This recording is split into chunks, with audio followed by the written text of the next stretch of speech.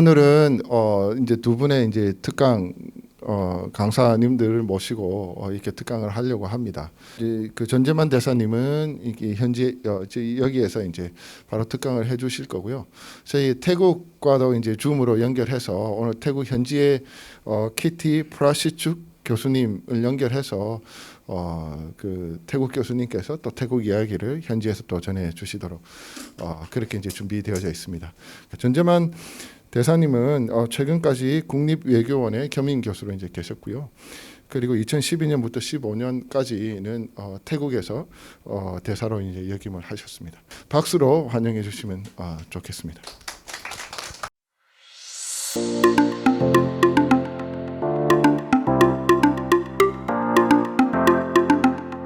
한동대학교는 저희 좋은 친구 김대식 교수가 있고, 또 제가 올해 6월까지 아까 사회자께서 말씀하셨듯이 3년간 국립외교원의 중국연구센터 고문을 하고 있었는데, 바로 직전까지 외교원 원장님이 이 대학교에서 오셨습니다.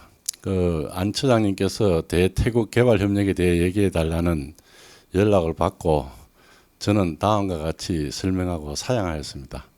첫째는 제가 개발협력에 대해 잘 알지 못하고, 둘째, 태국은 이미 자기 나라가 개발협력 대상이 아니라고 하면서 공적 원조 받는 것을 거부하였습니다.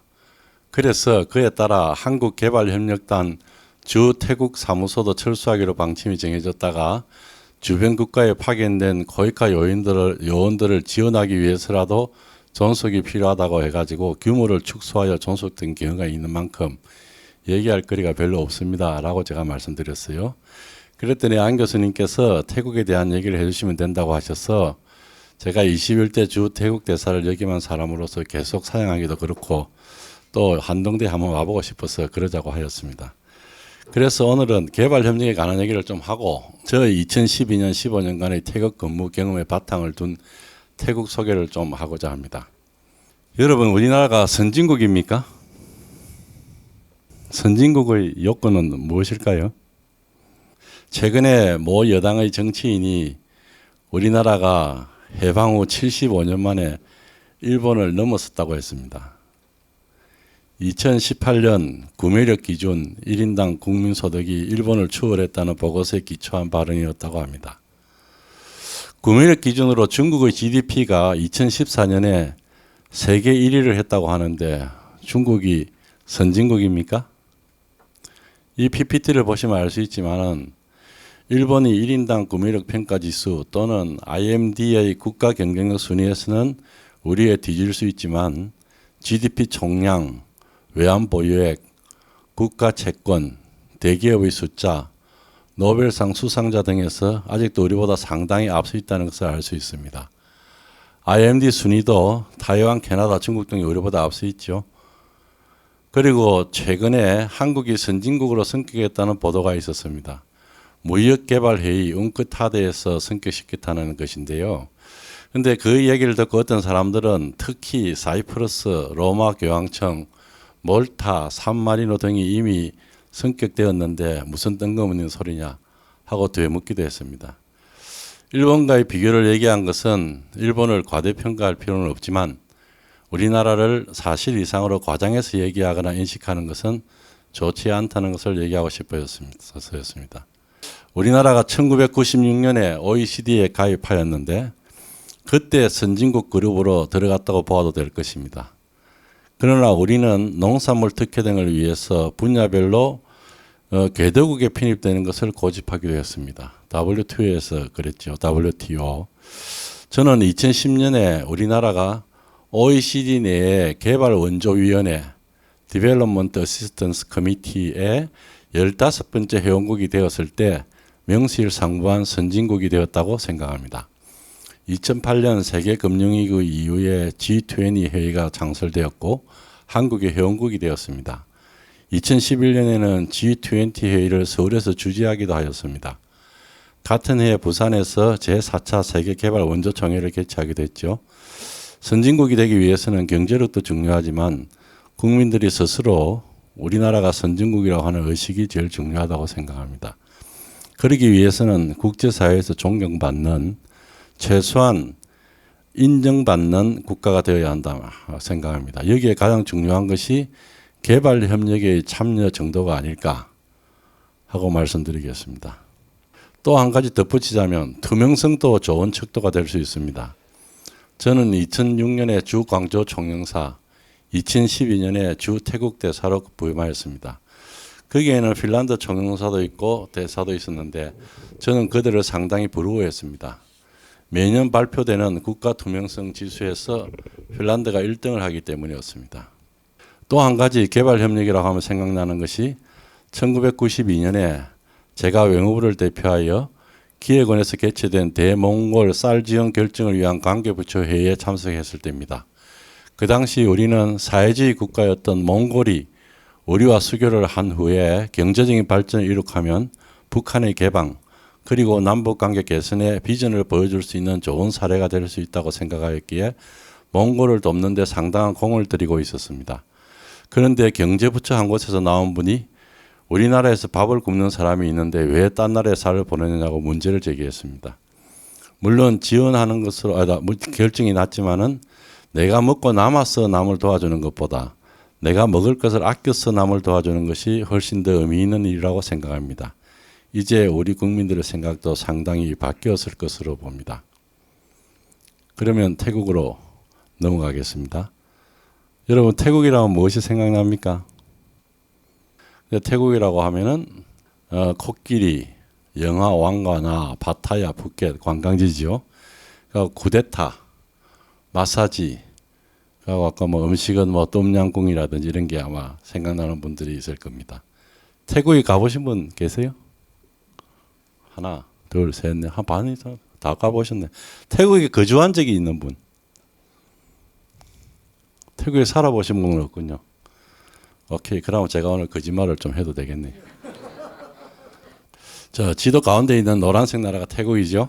수도는 방콕이고 면적은 51만 평강 제곱킬로미터, 그러니까 한반도의 2배보다 약간 큽니다. 인구는 7천만 명 정도 되고요. 1인당 GDP는 7,300리불 정도 됩니다. 태국에 관한 얘기는 다시 하기로 하고 우선 제목에 적은 대태국 개발협력부터 말씀드리겠습니다. 2019년 통계를 보니까 태국의 우리 그 개발협력의 관계 592만 미불입니다. 우리나라 전체 ODA의 24%가 아세안 10개국에 가고 정확하게는 8개국일 겁니다. 싱가포르하고 그 브루나이가 빠지니까. 태국에는 대아세안 개발협력 총액의 1%가 가고 있습니다. 표에 보시면 있듯이 캄보디아 17%, 라오스 14%, 미얀마 19%, 베트남 23%입니다. 아까 말씀드렸지만은 태국이 공적 원조를 안 받겠다고 이미 선언을 하였고 또한 지역 강국이기 때문에 우리나라는 태국과 주변국에 대한 개발 협력을 공동으로 하는 사업을 개발하였습니다.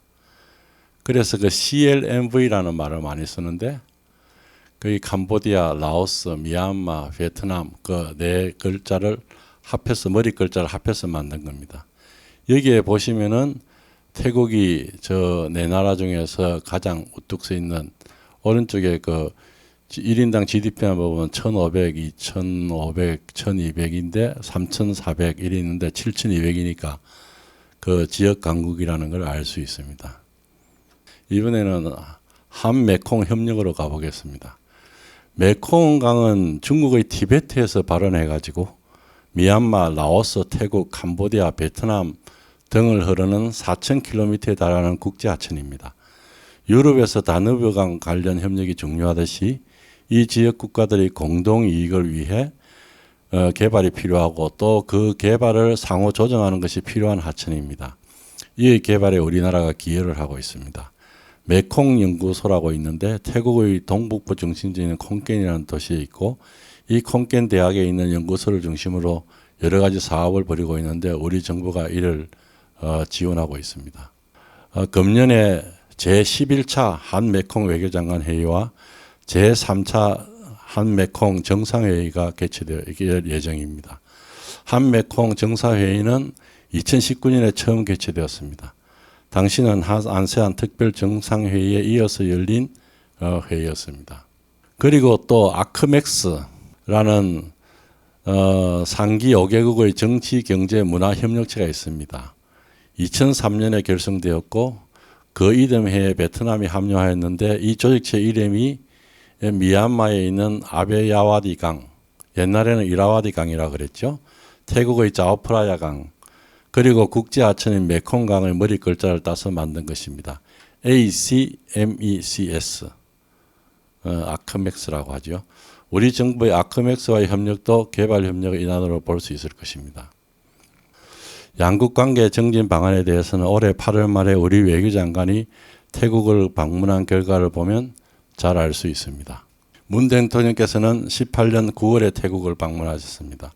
지난 8월 27일 장관 회담 후 언론 발표문 중에 오늘 강의와 관련하여 주목할 부분은 둘인데 인용하자면 양 장관은 내년에 한태국 전략적 동반자 관계 수립 10년을 맞이하는 것을 환영하고 포스트 코로나 시대의 양국 협력을 강화하기 위해 보건, 미래산업, 녹색 파트너십을 중심으로 양국 간 협력을 강화해 가기로 하였다. 그리고 두 번째, 양 장관은 한아세안, 한메콩 소지역 협력 틀에서 양국 협력을 지속 강화해 나가기로 하였으며 특히 돈 장관은 우리 정부가 협력기금 및 아크맥스에 대한 재정적 기여를 통해 한메콩 협력을 강화해 나가고 있는 것을 평가하였다. 이렇게 되어 있습니다. 그런데 두 번째 부분이 우리와 태국이 협력하여 주변국을 지원하는 개발협력 제공의 한 형태입니다. 태국이 지역 강국이기 때문에 특히 그럴 수 있는 것 같습니다. 공동 언론 성명 중 주요 부분은 지금 그 PPT에 나오고 있습니다. 6파랑에 걸쳐 미래산업 파트너십, 녹색경제 파트너십, 그리고 보건 파트너십의 상세 내용이 들어 있습니다. 그리고 개발협력 부분으로는 태국의 국제협력청, 타이카라고 그러는데 타이 인터내셔널 코퍼레이션 에이전시겠죠. 타이카와 코이카 간의 협력으로 첫 번째 인적 교류, 둘째 제3국에 대한 자원봉사단 공동 파견, 3번 단기 연수, 4번 장학금 제공 등 협력이 이루어지고 있습니다. 참고로 올해 우리의 대태국 개발 협력 내용이 다음에 나와 있습니다. 이거 뭐 작은 글씨로 그냥 다국가 연수 이런 게 있다는 것만 보시면 되겠습니다. 그 다음에는 해외 봉사단은 이렇게 나간다는 겁니다. WFK는 월드 프렌즈 코리아의 그 약자죠. 그리고 그 다음에는 티카와 코이카의 공동 연수 현황. 그리고 공동 성명 중에 한메콩 협력이 따라 나오죠. 제11항입니다.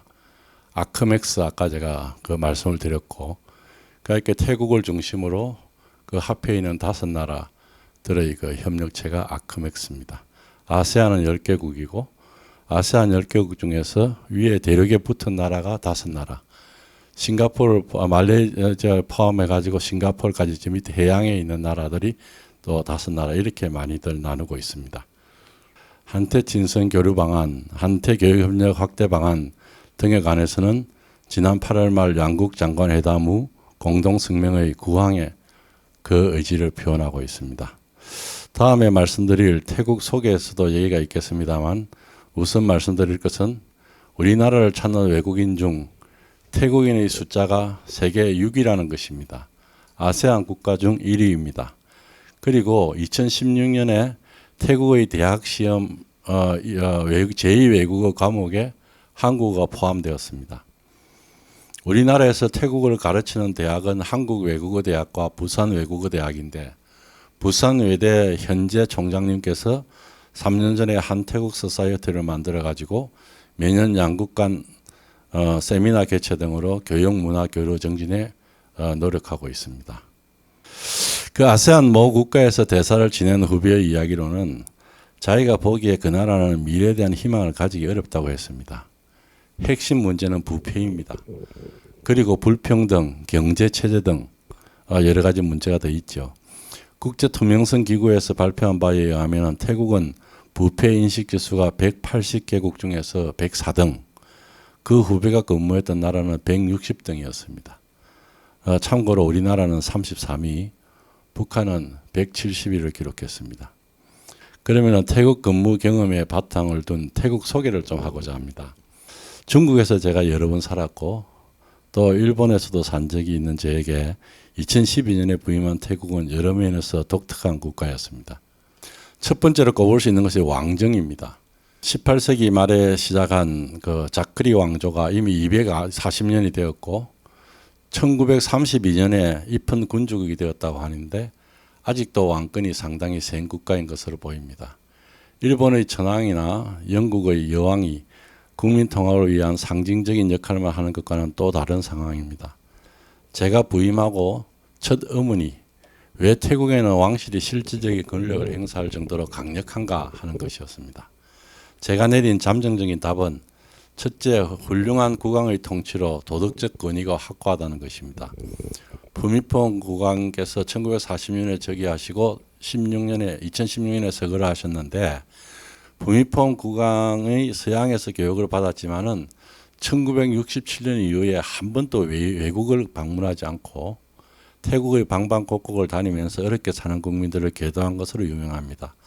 국왕은 거의 신적인 상태까지 격상되어서 태국에서 어디를 가든 국왕 사진 또는 초상을 붙여놓은 것을 볼 수 있습니다. 국왕을 비롯한 왕실에서 국민들의 복리를 위해 제안한 소위 왕실 공정, 로열 프로젝트라는 것도 4,000개가 넘습니다. 2012년에 이명박 대통령 방문 시 찾아갔던 라포스로도 왕실 공정의 하나였습니다. 둘째 이유로는 왕실의 재산이 어마어마하다는 것입니다.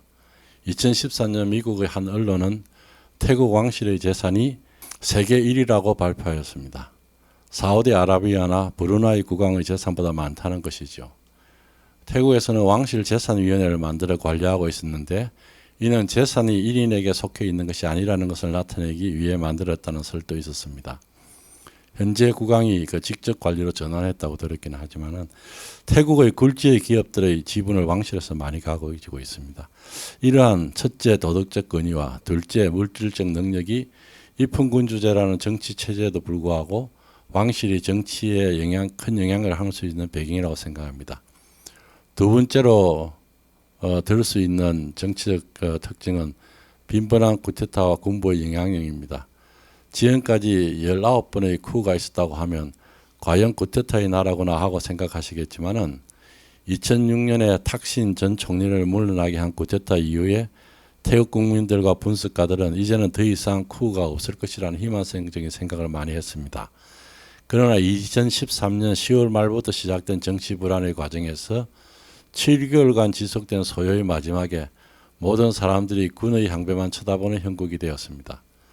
외교부를 비롯한 여러 정부 부처가 몇 달간 문을 닫았습니다.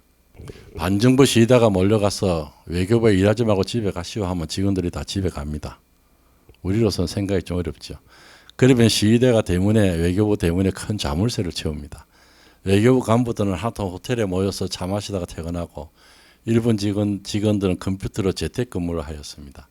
외교관 신분증 발급 등 필요한 일은 뒷문으로 사무실에 들어와 해결해 주었습니다.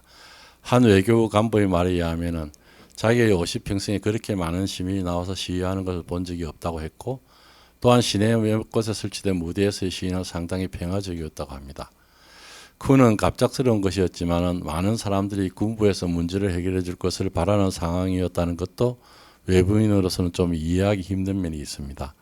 한 서방 대사가 이야기하기를 자기가 외교관 생활을 하는 동안에 여러 번 다른 나라에서 쿠데타를 경험했지만 이런 이상한 쿠는 처음 본다고 하였습니다. 피를 흘린 사람이 없다는 것, 그리고 군부의 타바버리 지pun카를 공격하여 또 다른 쿠를 일으키고 하는 그런 사례들이 없다는 것이었습니다.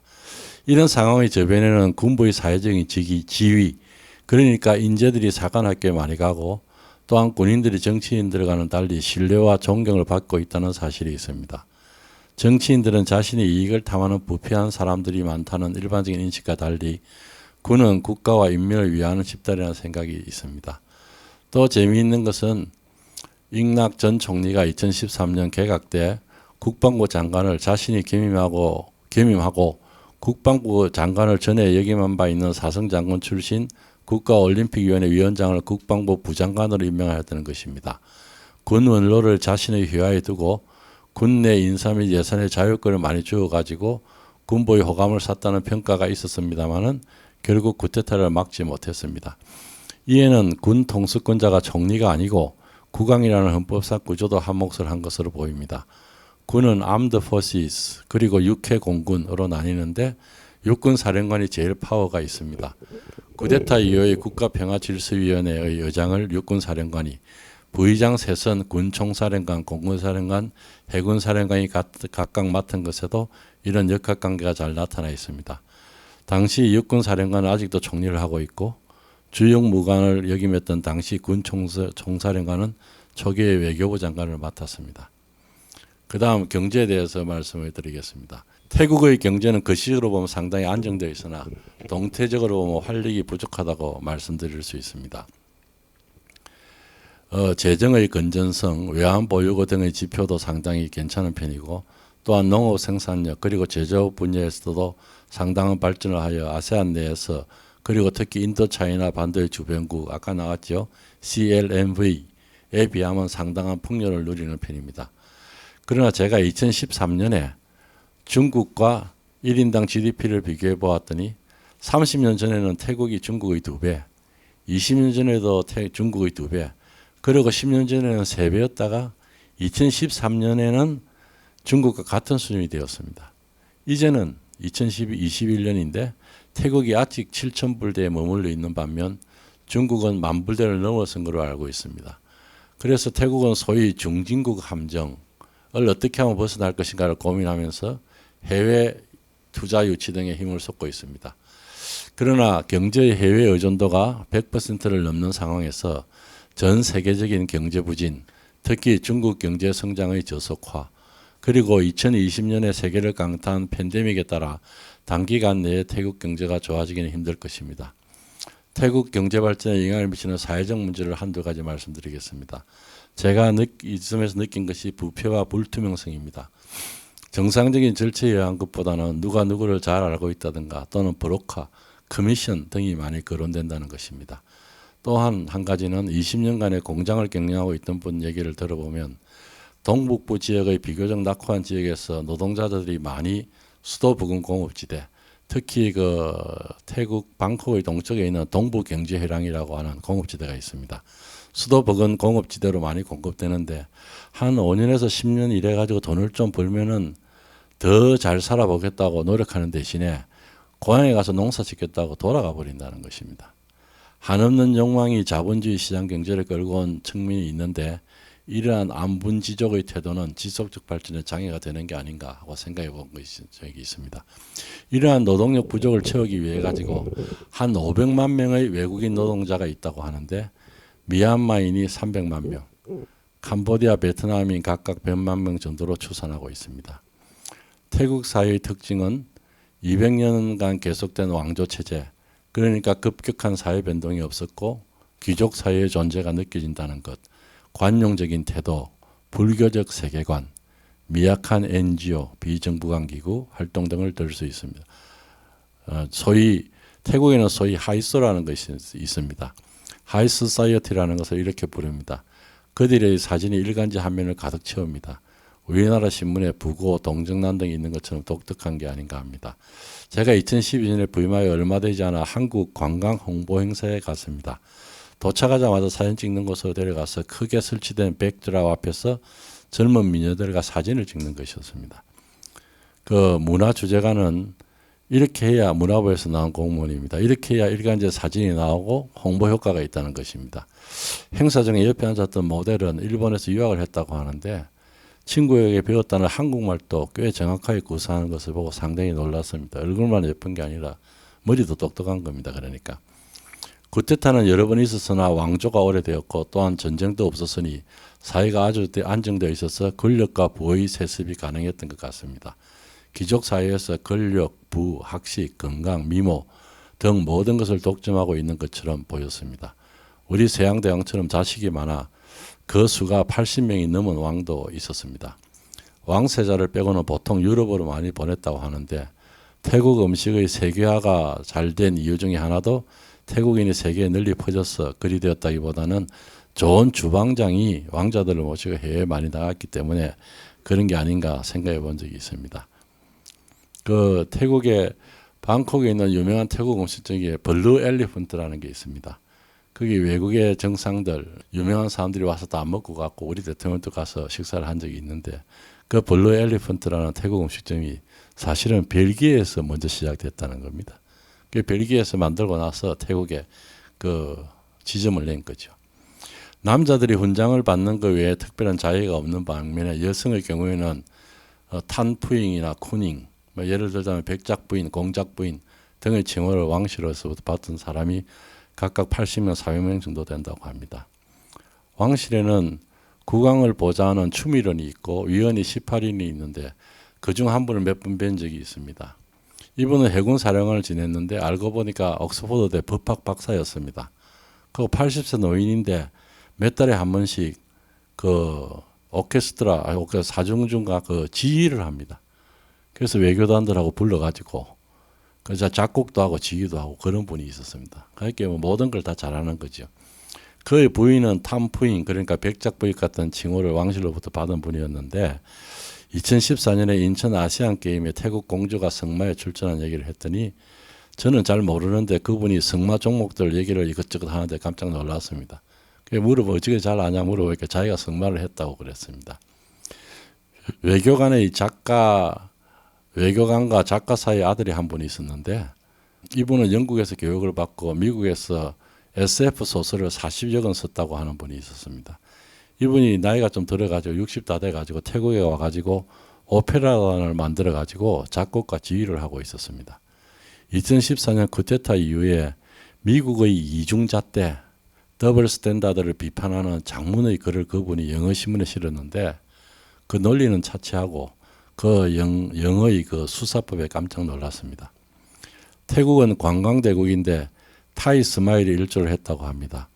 불교의 영향인지 비옥한 자연환경의 영향인지 또는 장기적인 사회 안정의 영향인지 잘 모르겠으나 사람들은 아주 관용적이라는 평가를 받고 있습니다. 태국에는 은퇴비자라는 게 있어서 일정한 저축액이 있는 외국 노인들에게 거주를 허용하는데 북유럽 사람들이 많습니다. 그런데 재미있는 것은 보통 젊은 태국 여자들과 함께 산다는 것입니다. 대도시에서만 그런 게 아니고 지방 도시에서도 백발의 서양인이 젊은 태국 여자가 손을 잡고 가는 그 광경이 많이 눈에 띄는데 아무도 이상하게 보는 사람이 없다고 합니다. 에이즈 퇴치 유엔기구에 근무하는 얘기를 한번 들어봤는데 이제는 통제가 많이 되었지만은 과거에 태국에 에이즈가 좀 많았다고 하는데 그 이유를 물어보니까 관용적인 태도도 하나 요인이 되지 않았겠는가 그런 얘기를 하였습니다. 에이즈 환자를 직장이나 그 지역 사회에서 배척하지 않았다는 것입니다. 태국의 국교는 별도로 없으나 인구의 95%가 불교를 믿고 있다고 합니다. 태국에는 성가원이 있고 그 정점에 성왕이 있습니다.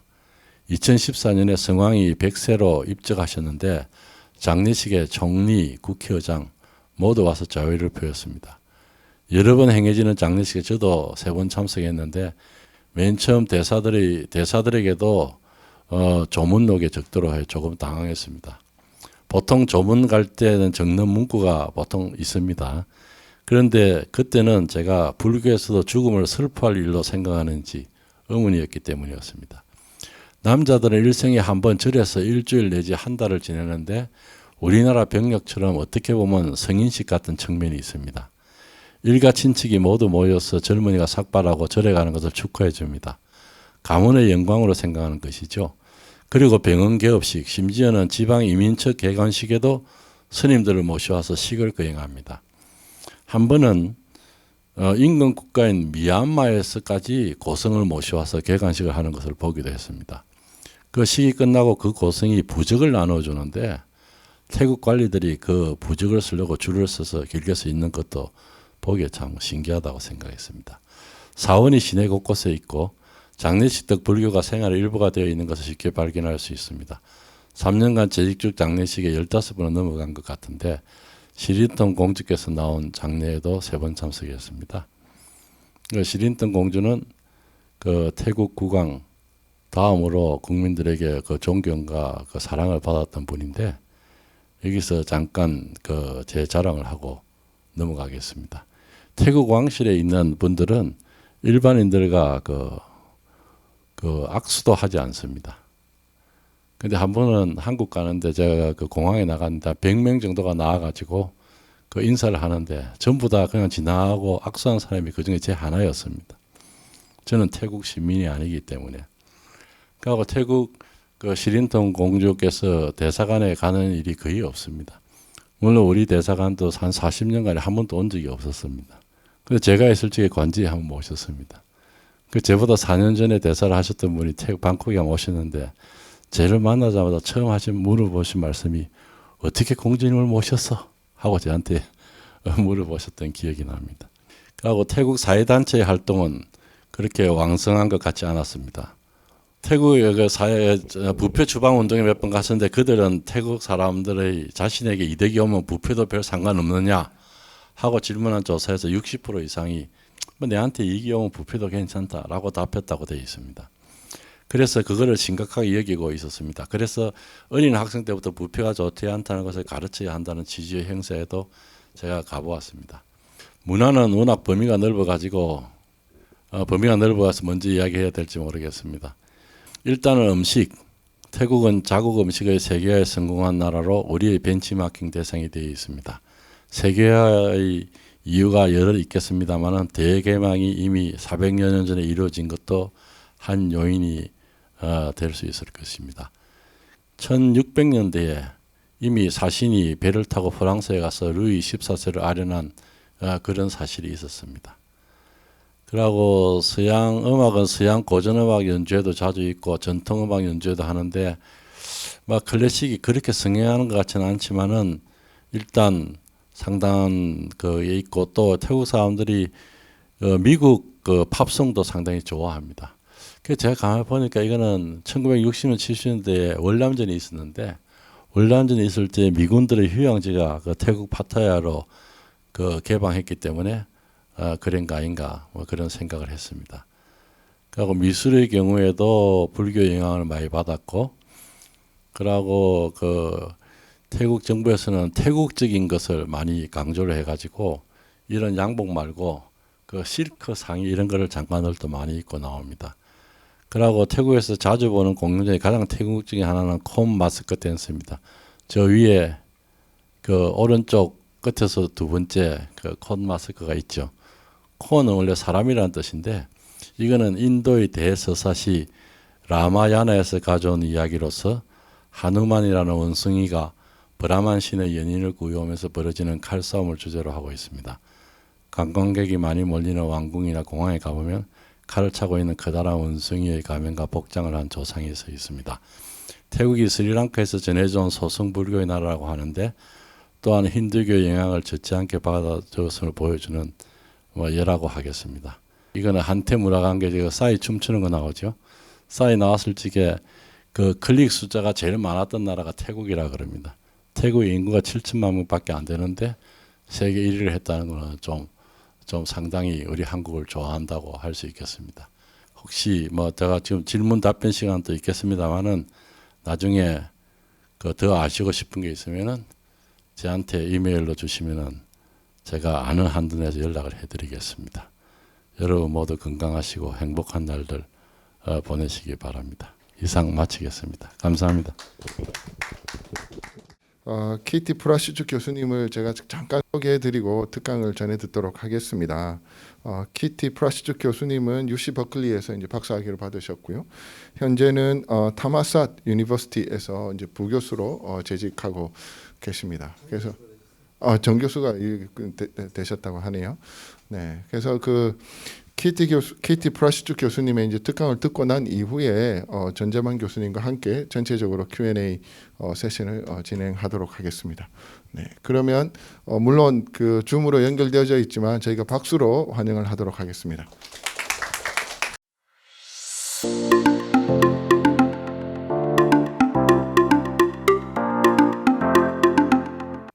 안녕하세요.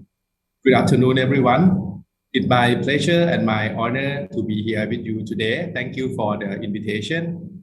by Dr. An and Handong University. I particularly delighted to reconnect with Ambassador John Jaeman, former ambassador to Thailand, whom I used to work with the embassy under his leadership. And I would like to say that under his leadership, we have produced quite a few achievements between Korea and Thailand. First, Korean embassy granted fellowship for a study trip for young professors and professors who are interested in Korea. And I was the director of the Institute of East Asian Studies. So I led the team to visit Korea twice, 2 teams. And we were able to produce a book based on our study trip to Korea. It's called Korea Today, which now widely used as a textbook in university and also in high school in order to understand more about Korea. Secondly, I would like to tell you that probably after Ambassador John left several years ago, Thai Ministry of Education decided to include Korean language as a 3rd language exam for university admission exam. So that's quite an achievement. Now many people study Korean. And today, the topic I am assigned to talk to you is about challenges in higher education in Thailand. I hope we can share the problems stem from many trends that we are facing. Not only disruptive technology, but also aging society. Many of you may not be aware that Thailand now are facing aging society. We are like number 4 in Asia, next to Japan, Korea, Singapore, and then Thailand. We are increasingly aging. Now let me share the PowerPoint. Challenges to Thai higher education. You can see the picture of university in Thailand and how the student studies. One striking feature you may see is that many students in Thailand still wear uniform. They wear uniform, but it's not quite the case at Thammasat University on the right-hand side. Thammasat University, the picture, the 3 pictures here represented my Thammasat University campuses. The top left one is the Chulalongkorn University, the oldest university. Our Thammasat University is the 2nd oldest. Okay, the structure of my talk today, there are 4 parts, starting from key facts, secondly, challenges, causes, and the way forward. For the key facts, there are about 145 universities in Thailand, whereby 83 of them are public university and 61 of them are private university. You can see that we have quite a few universities in the country with a population of less than 70 million people. And among the 83 public universities, only 26 were inaugurated as university and now become semi-public university. I think that is the trend after we hard hit by the financial crisis in the late 1990s. We entered the IMF program, and it is compulsory to corporatize the university or privatize the universities. Now it's more like semi-public, not totally private, but semi-publics, because we still receive some budget from the government, but not the whole, of course. And among the 83 public universities, 38 of them are the former teaching colleges, and 9 of them are former polytechnics. This is coincide with the trend in the United Kingdom that they upgraded polytechnics into a full-fledged university. That's probably part of the problem in terms of teaching colleges. They tend to expand into many new areas like political science, law, journalism, which we tend to call communication arts. There are a lot, so they lose their own core expertise, many of them. And next, 70% of students, unfortunately, in Thailand, majoring in social science, not science and technology. In 2019, only 230,000 students fill in the total slots available in the university of 300,000. 300,000 not filled out because we have less and less students. And as a result, students in private university dropped 70%. That's a lot, dropped 70%. Because now they can enter public university. In Thailand, public university are more prestigious than private university. And students in open university that not require exam fail 50%. So the share, the drop or the reducing share has been go to public university. Number two, challenges. Ongoing challenge, I think we share the same trends in many countries, Thailand, Taiwan, Korea, Japan, because of aging society. First, oversupply of university. Secondly, graduated students, they have unemployment problem or unemployability. As you can see that students in Thailand, many of them graduated in social science. We do not have enough jobs for them. Third, low ranking and low research. Because in Thailand, we QS ranking is not that high. You can see time higher education, Thai can have ranked only like 600 in time higher education, but for the QS, the rank is better, but still low compared to other countries in Asia. The top university only have 200, 300. Most of the universities are 600 and below. And as you can see, we also share the same problem, same challenges, which is catalytic, that is disruptive technology, and COVID-19, the pandemic that make a very big impact on our higher education, our university. Let's take a look at the causes. What caused the problem that I have mentioned, caused the challenge that I have mentioned? First, aging society and low birth rate. Secondly, management and governance. Third, education business in Thailand. Fourth, social values. And fifth, national politics and administration. I will go one by one. For aging society, you can see that the high percentage of Thai people are the elderly. This year, the first year that people of above 65 years old in Thailand now consisted of 20% already this year. And looking at our income, we still trapped in the middle income trap. But now we are aging. So the number will be increasing in the next 20 years very fast.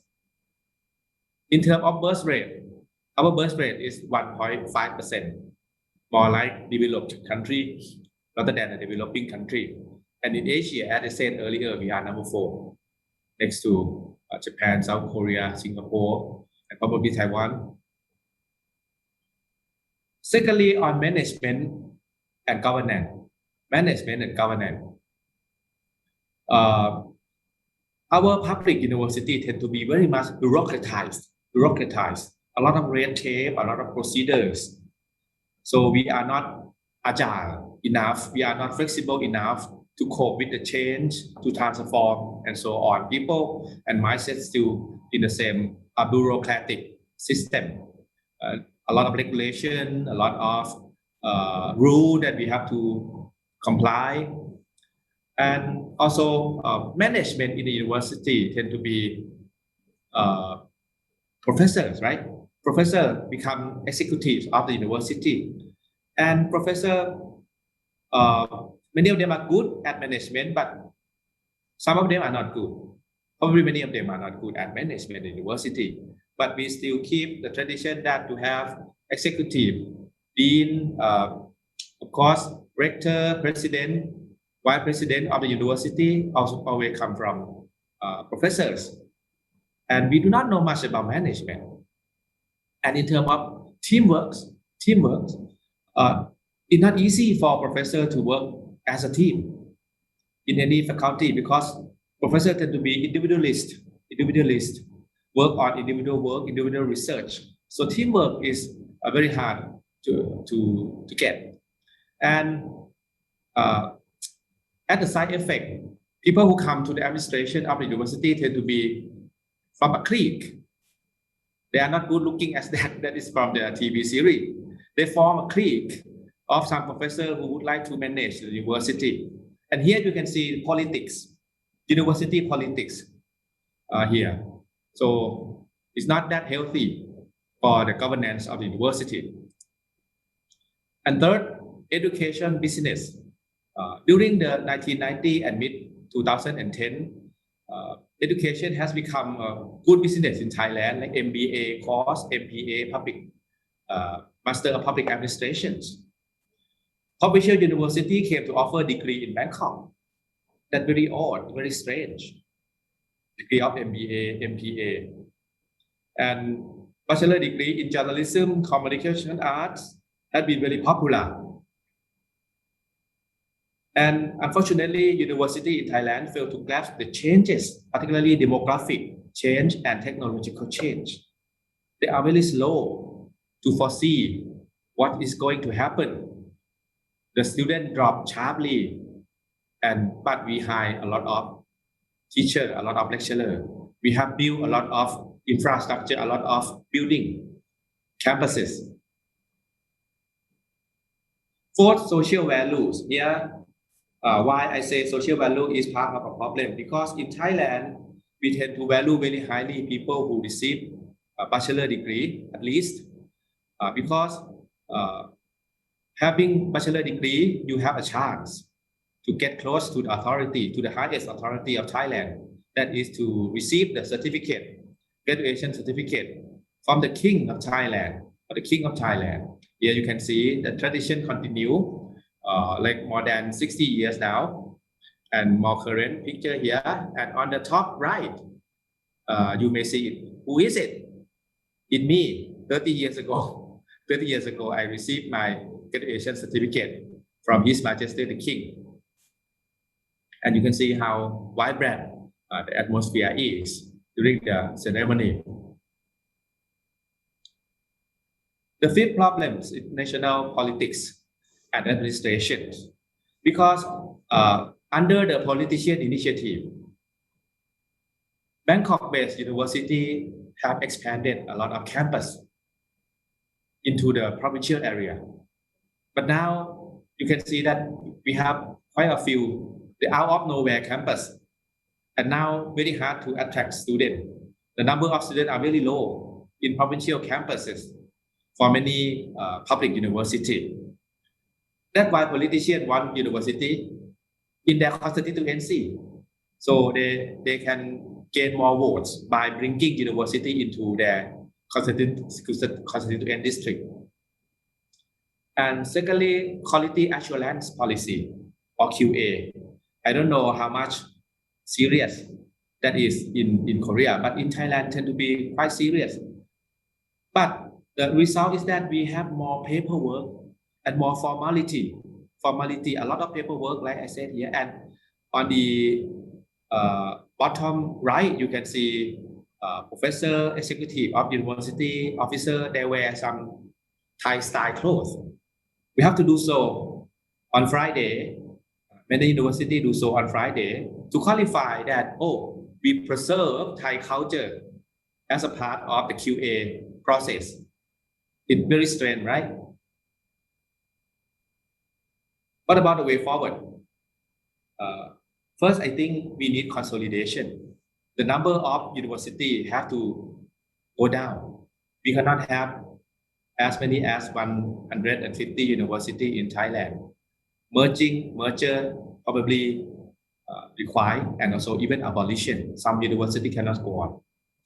Probably many private university will have to go out of business. Secondly, adjustment. A lot of things that need to be done here. Debureaucratization. We need to reduce the red tape regulations for the university. We need more professional management. Totally professional management probably impossible, but we need to blend in some professional manager into our university so that we manage more efficiently rather than relying on a professor. Many of them do not know about how to manage. Agility, flexibility, ability to cope with changes, like offering lifelong learning rather than focusing only on the undergrad student. We need to target senior. We need to target people who are already in the workplace, in the job market, so that they can upskill, reskill them. And we need to improve our teaching and research quality, technological, and also social innovation. Social innovation is also important. And we need to be relevant to society. We need to be relevant to society. And third, I think ecosystem. We need to create a good ecosystem for the university. For example, funding. You need sufficient funding for research. But now it seems that many research educational budget has been cut. And university need to do more cooperation with the private sector, with the corporate in the PPP manner, like public-private partnership on research and training education in terms of, for example, research park, internship. I think that would be increasingly important for higher educations. So thank you for your attention. That's all my presentations.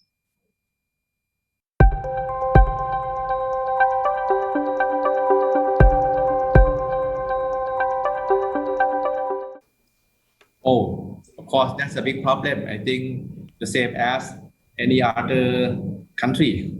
Our university has to invest a lot on online study. It's very hard to get attention from students studying online.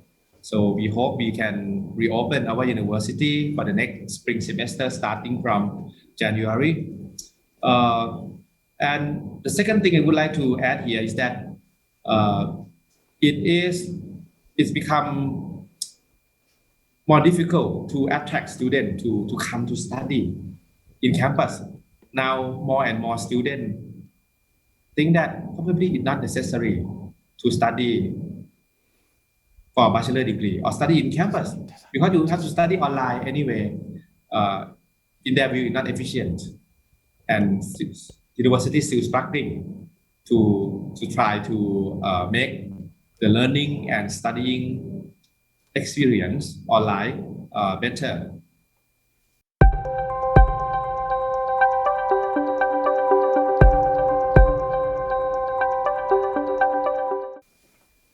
Okay. Oh, I think in terms of gender equality, I think Thailand has done very well on that because the majority of university students nowadays are female students, particularly in social science and increasingly even in technology like engineering.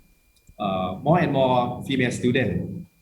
Actually, they do well. They do better than male students, most of them.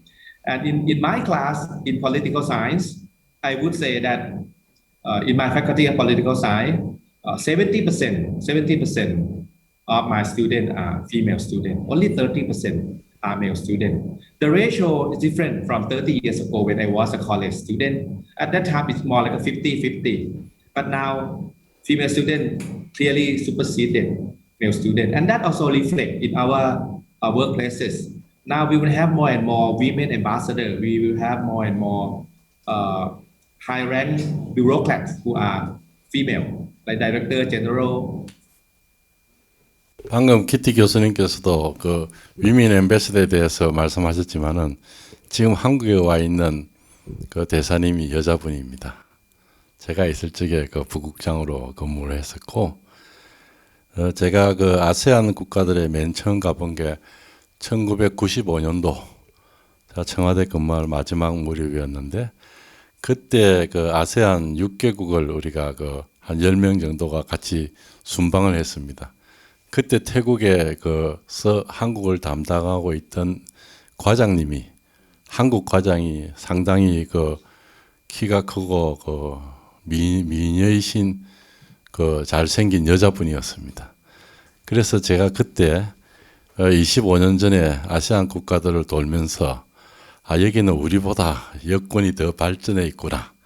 특히 필리핀에서는 대부분이 여성이었고 브루나이에서도 외교부 직원들이 대부분 여성들이 많았습니다. 태국도 제가 근무할 적에도 이제 한국도 이제 여자분들이 많아졌는데 그때는 태국이 우리보다 훨씬 앞서 있지 않았나 생각했습니다. 예.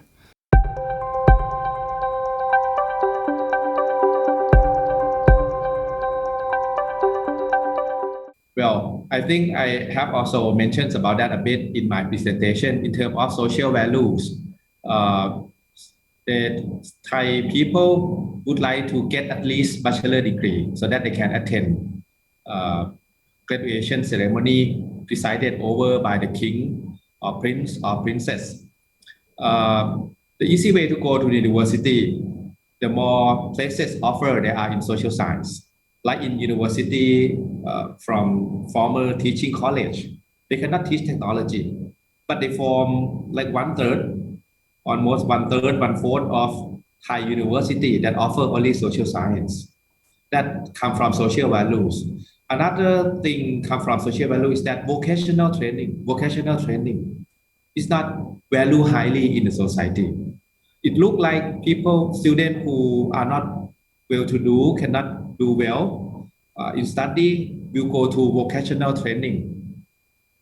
That is a big problem. Of course, we offer engineering, but still not that enough and not much in high quality. Social value, I think, very important here, as well as our capability to train students in technology.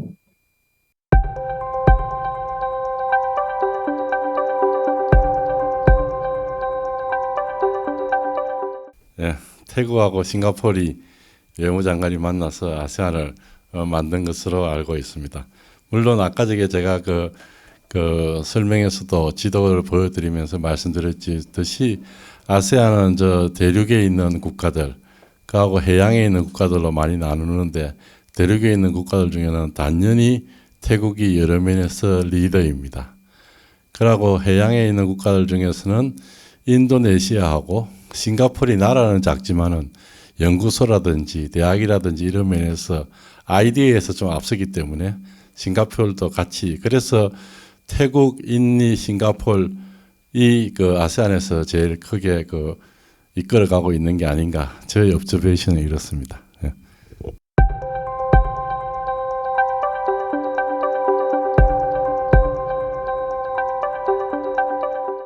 태국은 상당히 유연한 그런 외교 전략을 가지고 있습니다.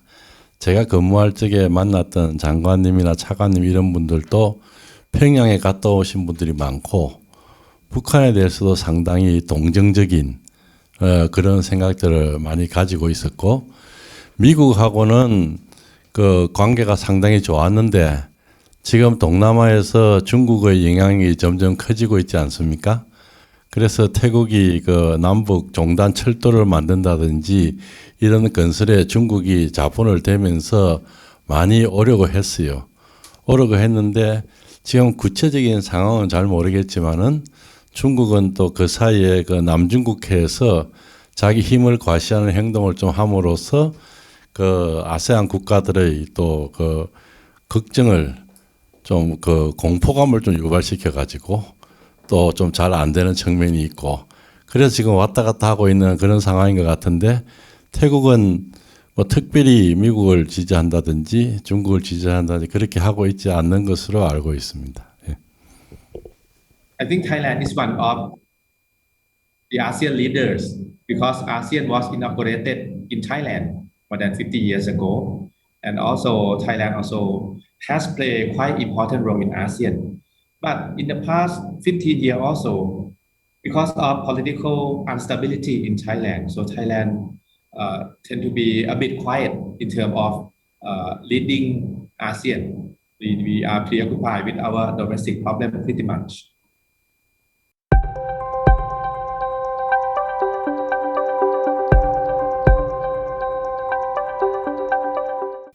Oh yes, Thailand, we legalized homeschooling. And I think with the COVID pandemic, I foresee that there will be more homeschooling, but still very low percentage, very low percentage. There are no disadvantage in terms of applying for university. I have a few good students who did homeschooling before entering the university. And one of them now has become a professor at University of New South Wales. She's Thai and went to teach there until now. But I think in general, Thai people, they would love more socialization. They would go for formal schooling. Only a few percentage. But with the COVID again, the percentage may be rising, but not that high, not that much.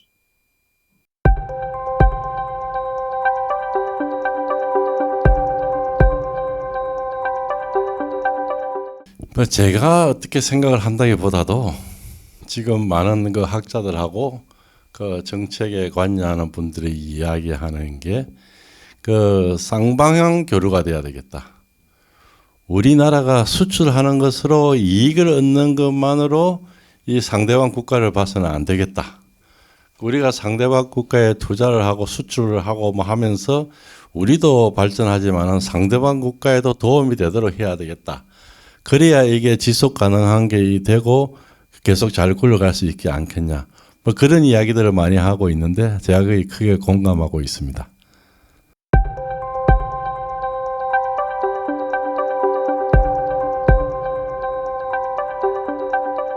On transboundary problems in Mekong region or in ASEAN, we still do have a big problem on haze or PM 2.5 that came from sometime burning in neighboring country and also in Thailand itself.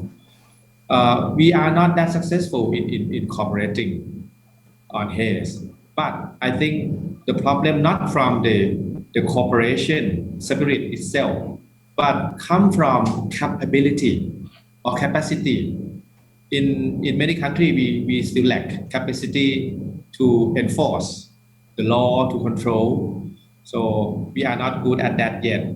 However, some suggestion that I can give to China, Japan, and Korea is that probably you need some ASEAN mode of dialogue in terms of retreat. That means you may wear Hawaii shirts, go to some beaches and discuss more informally. I think in East Asia, Northeast Asia tend to be very stiff, very formal. You wear suit, you wear necktie in discussing every time. So probably a retreat is important in terms of ice breaking, in terms of fostering better relations. In ASEAN, I think it's proven to be successful in terms of forging cooperation spirit from informality. Sometimes you need some informality, casual exchange, casual talk. 자, 두 가지만 말씀드리겠습니다. 제가 이야기하기로는 한중일 협력을 어떻게 하면 잘 할 수 있겠는가 하는 문제인 것 같은데 방금 키티 교수님께서 리트리트에 관한 말씀을 하셨는데 우리 한국 사람들이 그 아세안 국가들에 가면은 특히 아세안 회의 같은 데 가면은 그 신기하게 여기는 게 그 양복을 안 입고 물론 날이 덥기도 하지만은 모여가지고 중간에 골프도 치고 놀고 하면서 어떻게 보면은 열심히 일하는 사람들한테는 좀 게으른 것 같아. 는 인상을 줄 정도지만은 그렇게 하면서 다 그 컨센서스를 빌드업해 나가고 유네니미티 그 컨센서스를 만들어 가지고 나가는 그런 과정들을 보면서 우리로서는 처음엔 좀 신기하고 그 다음에 우리도 저러면 좋겠다 하는 생각들을 하는데 그걸 기태 교수께서 말씀해 주신 걸로 이해를 합니다. 그리고 한중일 간에 보면은 제가 뭐 개인적으로 생각하는 거는 그 세 나라 중에서 그 민족주의 감정이 너무 앞서는 게 이런 게 문제가 아닌가. 그러고 그거를 정치적인 적으로 이용하려고 하는 사람들이 좀 있는 거 아닌가. 뭐 그런 생각을 합니다. 최근에 외교부에 있다가 지금 일본에 있는 대학에 가서 그 교수를 하고 있는 후배가 페이스북에 올려놓은 걸 봤는데 자기가 일본 슈퍼마켓에 갔더니 한국 음식 판촉 행사를 하더라는 겁니다. 그래 한국에 뭐 유명한 사람들만 걸어놓고 한국 음식들 코너가 있는데 다른 나라들보다 엄청 크게 하고 있다 이거예요. 그러면서 일본 사람들이 한국을 싫어한다고 많이 이야기하는데 자기 가보니까 일본 사람들이 한국을 그렇게 많이 싫어하면 어떻게 이 돈을 벌기 위해서 판촉 행사를 하면서 한국의 연예인들이나 이런 걸 앞에 크게 걸어놓고 할 수 있겠냐. 한국서는 일본 거 이런 거 걸어놓으면 큰 문제 되지 않겠냐. 뭐 이런 글을 적어놓은 적이 있었습니다. 그리고 최근에는 많은 사람들이 걱정하는 게 중국에서도 그 민족주의적인 그런 그 풍조가 좀 커지는 게 아닌가 이야기를 하는데 사실 뭐 저는 뭐 중국도 살고 일본도 살고 친구도 많고 뭐 그렇습니다만은 사람들이 다 잘 지내는 것 같은데 이 왜 민족주의 이런 게 지금 그 위로 그 협력에 방해가 되고 있는지 이야기는 좀 어렵지만은 우리 모두 그런 거를 좀 더 자제하는 방향으로 노력을 해야 삼국 간 협력이 잘 되지 않을까 생각합니다. 이상입니다.